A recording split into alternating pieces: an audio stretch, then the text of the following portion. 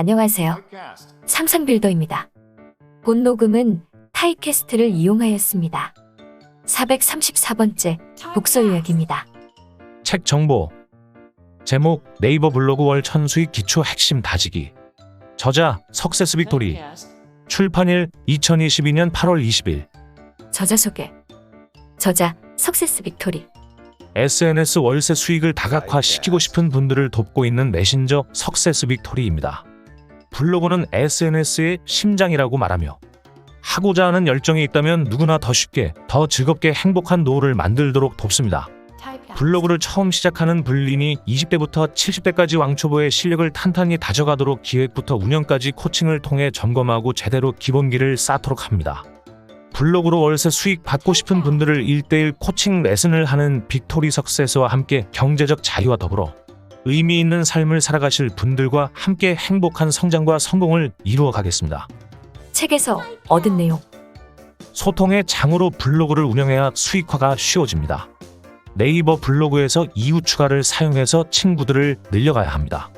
친구는 나의 글에 관심을 가져주는 친구를 말합니다. 자신의 글에 반응을 보여주는 친구가 하나 둘 늘어날 때마다 네이버 블로그의 지수가 높아진다고 보아도 틀리지 않습니다. 단 서로가 친구하기에 일치가 되어 서로 이웃 맺기가 되어야 합니다. SNS의 팔로워 기능과 같다고 보시면 됩니다. 친한 친구를 사귀듯 한 명을 사귀더라도 친한 블로거 한 명을 사귈 때 이 블로거가 100명의 고객의 역할을 한다. 라는 말이 이해가 된다면 당신은 분명히 성공합니다. 가깝게 소통하는 이웃이 많을수록 블로그 홍보 효과는 커질 수밖에 없고 오프라인에서 인맥이 넓은 사람이 비즈니스를 잘하는 것과 같이 온라인에서도 같습니다. 일단 자신이 콘텐츠에 반응을 해줄 친구를 찾는 것이 중요합니다. 먼저 검색창에 자신의 콘텐츠 키워드를 넣어 검색을 해봅니다. 그 키워드로 포스팅한 블로그를 찾아 방문을 하고 글에 하트를 달아준 사람들에게 찾아가 서로 이웃 신청을 합니다. 이때 공감도 남기고 댓글도 남기고 우리 서로 이웃해요. 나는 상투적인 인사말보다는 진솔하게 자신이 누구인지에 대해 이야기를 하며 친근하게 선방으로 좋은 친구 맺기를 해보십시오. 서로 이웃 맺기를 할 때에 분명히 해야 하는 것은 타깃 고객을 찾아야 합니다. 자신의 콘텐츠가 뚜렷해야 하는 거죠. 가장 중요한 것은 글을 읽고 진정성 있는 댓글을 달아주어야 상대방도 그런 댓글과 관심을 가져다 준다는 것을 잊지 맙시다. 블로그 서로 이웃 신청은 하루 100명까지 가능합니다. 하지만 한꺼번에 100명 서로 이웃을 누르고 인사말만 붙여넣기 하는 것보다는 시간을 가지고 소통을 해야 돈독한 서로 이웃을 사귈 수 있다는 것을 잊지 맙시다. 포스팅 요령 1. 독서노트 주제에 맞는 책을 소개하거나 서평을 씁니다. 2. 일 이야기 선정한 주제와 목표에 맞춰 자신의 일을 소개합니다. 3. 일상노트 친근감을 주기 위해 하루 일과 중에서 자신의 생각을 담아봅니다. 가족 이야기나 만나는 사람에 대한 이야기, 취미나 생각 등을 친구에게 이야기하듯 편하게 적어봅니다. 4. 배움 이야기 자신의 콘텐츠와 관련이 있는 관심 콘텐츠를 공부하면서 블로그에 정리를 해보십시오. 자신의 콘텐츠가 더 풍성해집니다. 5. 정보 나눔 자신의 블로그의 유입수를 늘리기 위해서는 사람들의 관심사에 대한 정보를 포스팅해야 합니다. 매일 자신이 관심 있는 분야의 뉴스를 눈여겨 살펴보고 알게 된 내용의 정보를 나눠봅니다. 성공적인 블로그 운영 1. 본인의 콘셉트에 자신의 정체성이 명확하게 묻어나야 합니다. 블로그 타이틀, 네이밍, 프로필, 카테고리, 썸네일, 글의 제목 등 블로그의 주제를 적극적으로 표현해야 성공적인 블로그 운영이 됩니다. 이쪽 2. 전문성 있는 양질의 콘텐츠를 꾸준히 성실하게 올립니다. 자신이 전문성이 떨어진다고 자신 없는 말투나 부정적인 단어로 글을 작성하는 것은 성공적인 블로그 운영에 전혀 도움이 되지 않습니다. 블로그 운영 초기에는 블로그 운영에 대한 이야기를 적어봅니다. 블로그 제목 주제에 관련한 이야기, 네이밍을 결정하게 된 이야기, 콘텐츠 주제를 어떻게 선정을 하게 되었는지에 대한 배경을 친구에게 이야기하듯이 작성해봅니다. 단 블로그 주제에 대한 이야기, 네이밍에 대한 이야기, 콘텐츠를 선택한 이야기 등 1포스팅에 핵심을 하나씩 넣어서 작성하십시오. 절대 한꺼번에 많은 이야기를 넣지 않도록 합니다. 그래야 포스팅 개수도 많아지고 글을 보는 사람들의 이해를 돕는 데 좋습니다. 3. 타깃층과 활발하게 소통하십시오. 검색을 통해 키워드가 노출이 되어 찾아오지만 이웃 활동을 하면 적극적으로 고객을 발굴할 수 있습니다. 만약 선택한 타깃층이 아니라도 댓글을 주고받으며 활발히 소통하는 모습은 블로그의 신뢰를 높여주고 활성화된 블로그의 이미지로 상위 노출에도 영향을 주는 요소입니다. 블로그 글쓰기 효과적인 방법 정리. 1. 자신의 콘텐츠와 관련된 뉴스 기사를 모니터링합니다. 매일 뉴스를 관련 키워드로 검색하여 기사를 점검하는 습관을 가진다면 트렌드 파악에도 도움이 되고 최신 소식들로 블로그 친구들에게 유익한 정보를 정리해 줄 수 있습니다. 기사 내용의 중요 부분을 인용하더라도 자신의 생각이 덮여져 글이 작성이 되어야 하는 점 기억하십시오. 2.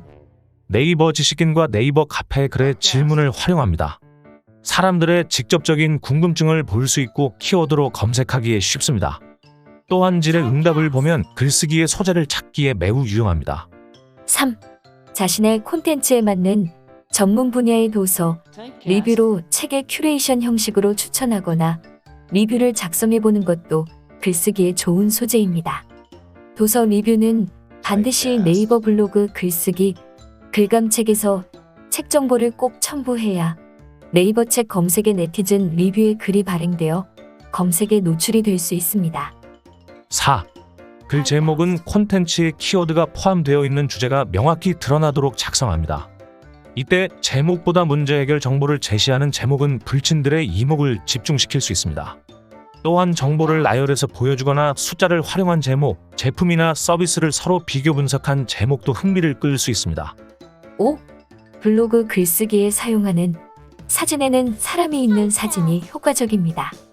셀프 사진보다는 여러 사람과 함께 찍은 사진이 훨씬 친근하고 신뢰감을 줍니다. 여러 사람의 얼굴이 나온 사진을 블로그에 사용할 때에는 얼굴 부분에 스티커로 처리를 하거나 아니면 사람들에게 동의를 구해서 얼굴이 나오게 하는 것도 좋습니다. 6. 시리즈글 포스팅도 뷰템 노출에 용이합니다. 물론 자신의 콘텐츠와 맞는 글을 발행해야 합니다.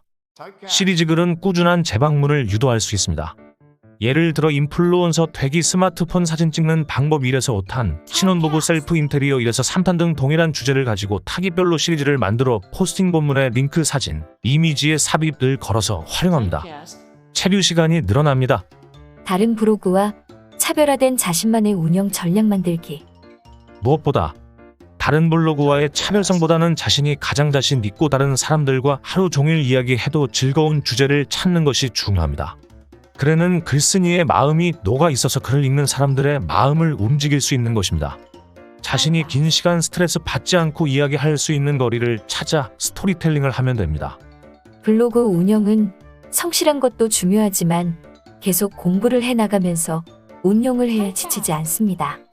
블로그 운영을 잘하고 있는 사람들의 특징은 끊임없이 공부하고 교류한다는 점 잊지 마십시오. 사람은 눈과 귀는 2개이지만 입은 하나입니다.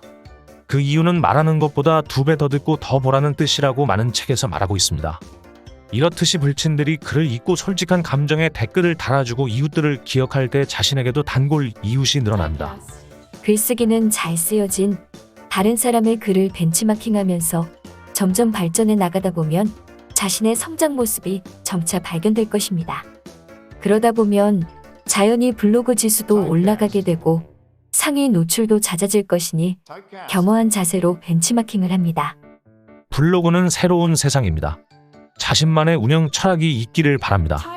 자신이 꿈꿔왔던 것을 이룰 수 있는 공간을 블로그다라고 생각을 한다면 블로그는 또 다른 세상을 여는 문입니다. 자신이 원하는 대로 만들어가는 세상입니다. 꾸준히 적어나가는 매일의 기록으로 블로그의 공간이 채워지고 알차게 꾸며질 때 자신에게 원하던 성취와 다양한 경험 등을 가져다 줄 것입니다. 이 모든 것이 마치 지니 요술램프 한 번에 다 이루어지지는 않는다는 것을 안다면 천천히 서두르지 말고 꾸준히 나아갑시다. 에필로그. 블로그 수익화에서 성공하려면 오뚜기 정신이 필요합니다. 흔들흔들 유연하게 좋을 때, 힘들 때도 견디며 넘어지지 않는 오뚜기 말입니다. 사람들이 블로그를 키운다 라고 마음을 먹고 나면 자신이 하고 싶어하는 비슷한 콘텐츠를 찾아보며 벤치마킹 하게 합니다. 그런데 처음에는 참고를 하기 위해 자료 수집을 하며 벤치마킹을 잘합니다. 저 사람은 이렇구나, 이 사람은 저렇게 하는구나 하고 말입니다. 그런데 몇 개월 후 조용해집니다. 어디 가셨나? 했는데 하던 포스팅을 하기가 왠지 힘들다. 귀찮다? 이거 왜 하고 있지? 하는 현타가 왔다는 사람들이 많았습니다. 개설된 블로그 수에 비해 원활하게 운영이 되고 있는 블로그 수가 50%가 안 된다는 것이 오늘도 제대로 포스팅을 하는 사람들에게는 기회가 되는 것입니다. 현타가 오면 자신을 고립시키지 마십시오. 그 시기에는 다른 사람과 비교를 하는 것을 멈추십시오. 비교는 자신의 발전을 위해 하는 것입니다. 절대로 자책하기 위해 하는 것이 아님을 인지해야 합니다. 지금 잘하고 있는 블로거들도 분명 힘든 시간이 있었습니다. 그 시간을 잘 견디고 멈추지 않고 버틴 거죠. 그 블로거들은 앞으로도 잘 견딜 겁니다. 그러면 브랜드도 수익화도 성공할 수 있습니다. 저도 그랬습니다. 다른 사람들은 정말 잘하는 것 같아 보이고 나는 제자리에만 머물러 맴돌고 있는 것 같았습니다. 왜 나만 안 되는 것 같지? 뭘 잘못하고 있는 거지? 배운 대로 했는데 결과가 왜 안 나오지? 5만 가지 생각이 다 들었을 때가 있었습니다. 그래도 멈춰 서지 않았습니다. 계속 배우고 나에게 맞는 포스팅 방향을 세우고 관련된 많은 책을 보며 그렇게 달렸습니다. 속도 조절을 하면서 달렸습니다.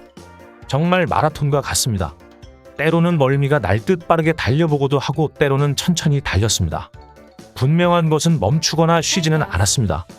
매일 1포스팅은 자신과 이 약속이었기에 꼭 밤 12시 하루를 마감하기 전 신데렐라처럼 1포스팅 발행을 하고 마무리를 했습니다. 그것이 습관이 되었고 이제는 기본이 되었습니다. 물론 지금도 하고 있습니다. 많은 포스팅을 한 날에는 하루 10개까지도 합니다. 그렇게 하다 보니 SNS 소비자가 아닌 생산자가 되어 있더군요. 가르치고 코칭하고 의뢰받고 그렇게 계속하다 보니 통장에 돈에 입금되는 금액이 달라져 갑니다. 저는 코칭할 때 꼭 이렇게 말합니다.